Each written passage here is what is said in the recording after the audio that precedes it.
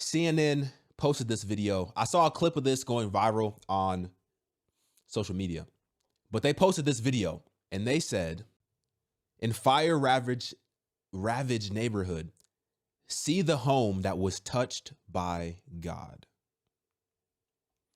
So obviously, as you know, crazy fires going on in LA County. Over 10,000 structures have been lost in these fires. 10,000 structures. And we talked about a little bit yesterday, is this God's judgment on LA? And we're going to actually continue that conversation today. But now we're starting to see people give praise to God and also be very upset and confused as to why this would happen to them specifically. And I think this is a very interesting conversation and a very interesting story. So let's start here with this video from CNN. For many people impacted by these fires, at least 5 now, there is nowhere left to go. CNN's Kyung Law spoke to some of the people who returned to survey the devastation. Right over here is my kitchen, my living room. Oh my God. Pots and pans and stuff right there. Oh my God. Yeah.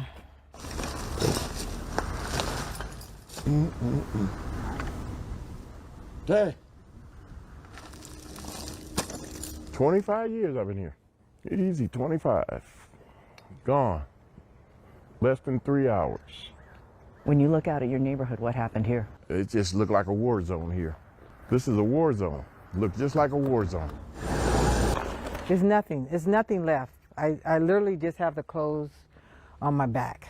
Yvette said that this guy's house was touched by God. It had to be, because it sure didn't burn. But if his house is touched by God, what happened to the rest of the neighborhood? God didn't care about us. There it shows it right now. But I'm going to let this go, and I'm going to close my gate, and I'm going to get out of here, because it's just making me sick. It's so sad, especially how he said it too. You know, let me show you the other perspective. Let me show you the guy's home. So the one who they said was touched by God, this was his home right here. Look at his reaction. I shouldn't be crying because my entire block is burnt down, but God saved my house. Why are all of my neighbors, why are they in the middle of 2 burnt down blocks? There's one house standing, and that's mine. I shouldn't be crying. The compassion that he has for his neighbors is incredible. His was the only house on the block that was spared. And you see what his other neighbor said. You see the pain that his other neighbor had, which, I mean, look, it's a confusing situation. It's a confusing time. It's a heartbreaking time. But he almost had a certain amount of animosity at the fact that his neighbor's house was spared. And you can see him kind of take that out on God. And I'll be real with you. Even as a Christian, I've had moments like that too, of confusion, of not understanding why God would allow something to happen. And just keeping it real, I've had moments where I've put the blame on God also. But then I realized that it has nothing to do with God and that God is not the problem. In fact, God is the solution, the only solution to all of our problems.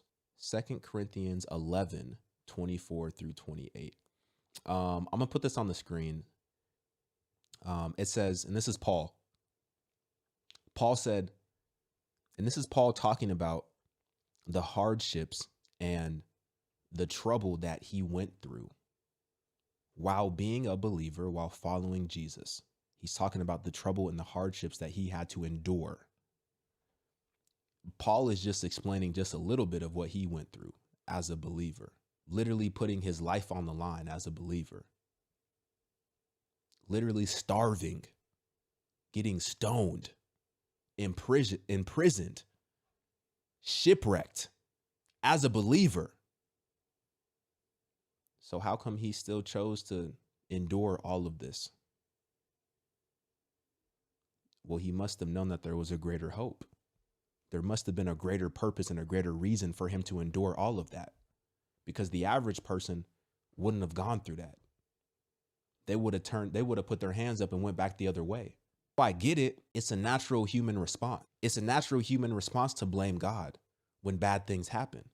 And there's nothing that we can take with us. But you have to understand that God is our only hope. This world is passing away. I want to show you a video. Hold on. A lot of people are talking about this video. From the Golden Globes, right? You saw they were just mocking God just recently. So 2 days, I don't know the exact date, 2 or 3 days before this whole thing took place, they were mocking God at the Golden Globes. Did y'all notice this on the Golden Globes hosted in Los Angeles on Sunday? And the acceptance speeches have been on fire. Who got shouted out the most? Let's look at the numbers. That's pretty wild that she said that. I didn't even catch that at first. She said the acceptance speeches have been on fire. Coincidence? I don't know. And the acceptance speeches have been on fire. Who got shouted out the most? Let's look at the numbers. All right, cast and crew are leading the way with 11 mentions. Moms are holding strong with 3 shout-outs. God, creator of the universe, 0 mentions. And Mario Lopez, host of Access Hollywood, 1. All right. That legit got like the biggest laugh from the crowd. The fact that nobody shouted out God for the award. That got like one of the biggest, if not the biggest reaction from the crowd. The universe, 0 mentions. And Mario Lopez, host of Access Hollywood, 1. Mario Lopez is pretty close too. All right. No surprise in this godless town. Then, 2 days later, wildfires break out and... But she even said it too, jokingly. No surprise in this godless town. ravage LA, decimating tens of thousands of acres, multiple fatalities, thousands of homes completely destroyed. Now, I don't want to make light of this in any way. My heart goes out to those affected. This is a terrible tragedy going on. But I can't help but to think that this is a precursor of what's to come. God is a loving God. He's patient and quick to forgive. But the stone-walled hearts of this world, especially in areas like Los Angeles, I believe has God to his boiling point. The book of Revelation paints a very grim picture of what's to come. Desolation like this world has never seen before. Complete destruction as a result of how evil this world has become. In Revelation 8, the first of 7 trumpets is blown. This trumpet brings down fire and hail, and 1/3 of the earth's trees and land is burned up and consumed by fire. Now again, what's going on in LA is just a small precursor of what's to come. Multiply this devastation hundreds, maybe even thousands of times, and that's what just this first trumpet is going to bring down on earth. Now, I know what some of the haters are going to say. Oh, come on, Chris. The fire could have started from some careless person tossing out a cigarette, out their window. Not everything is from God, and that's true. But God can use anything and anyone he wants to bring his plan to fruition. And these 100-mile-per-hour plus winds, God created the winds. California is having unprecedented winds at the same time as these wildfires, spreading them at an uncontrollable rate. You cannot convince me that God does not have his hand in this. The bad news is, when you read Revelation, we know that this world is headed for complete destruction. I believe we are in the last days right now. But the good news is that with Jesus, we have nothing to worry about. So I want to encourage you to put your trust and hope in him.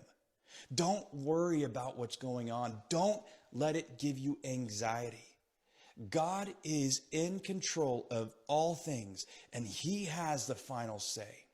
When your heart belongs to Jesus, it gives you a peace that surpasses all understanding.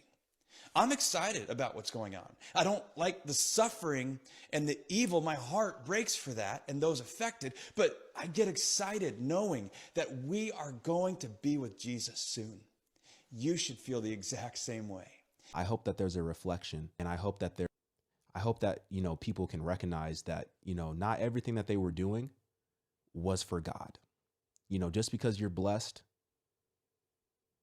in your mind and you have success, you have money, you have a platform, you're an A-list celebrity in Hollywood, that doesn't necessarily mean that you're serving God.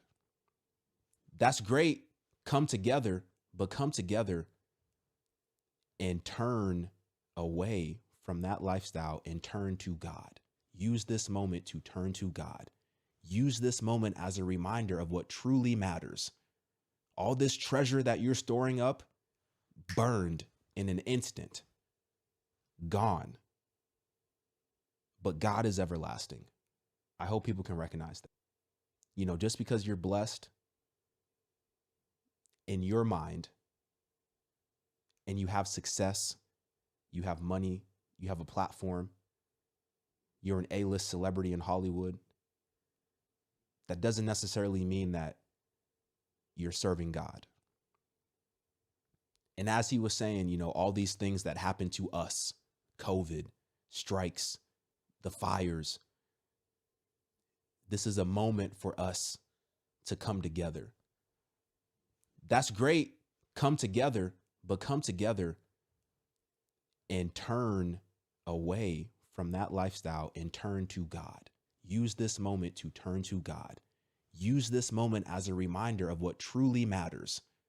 All this treasure that you're storing up, burned in an instant, gone. But God is everlasting. That's all I'm saying.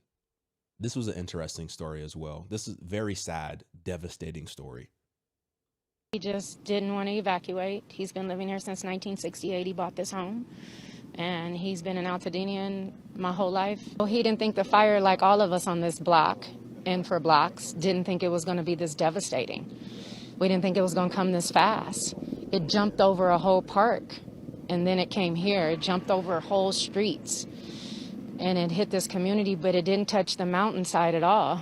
And so he didn't think it was going to be that bad. So he was inside when the fire engulfed his property? And sleep in his bed, where he still is right now, as I wait on the corner.